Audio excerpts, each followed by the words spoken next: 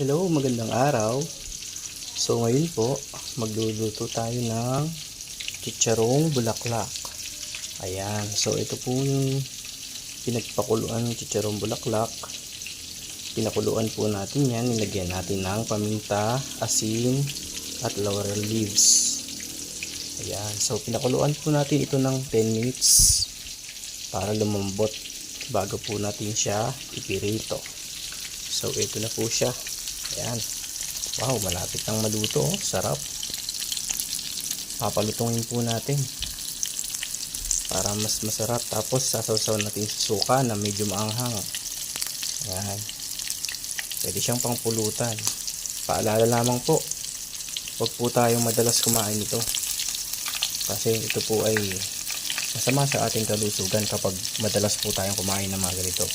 Tama na yung paminsan-minsan lang po. Salamat.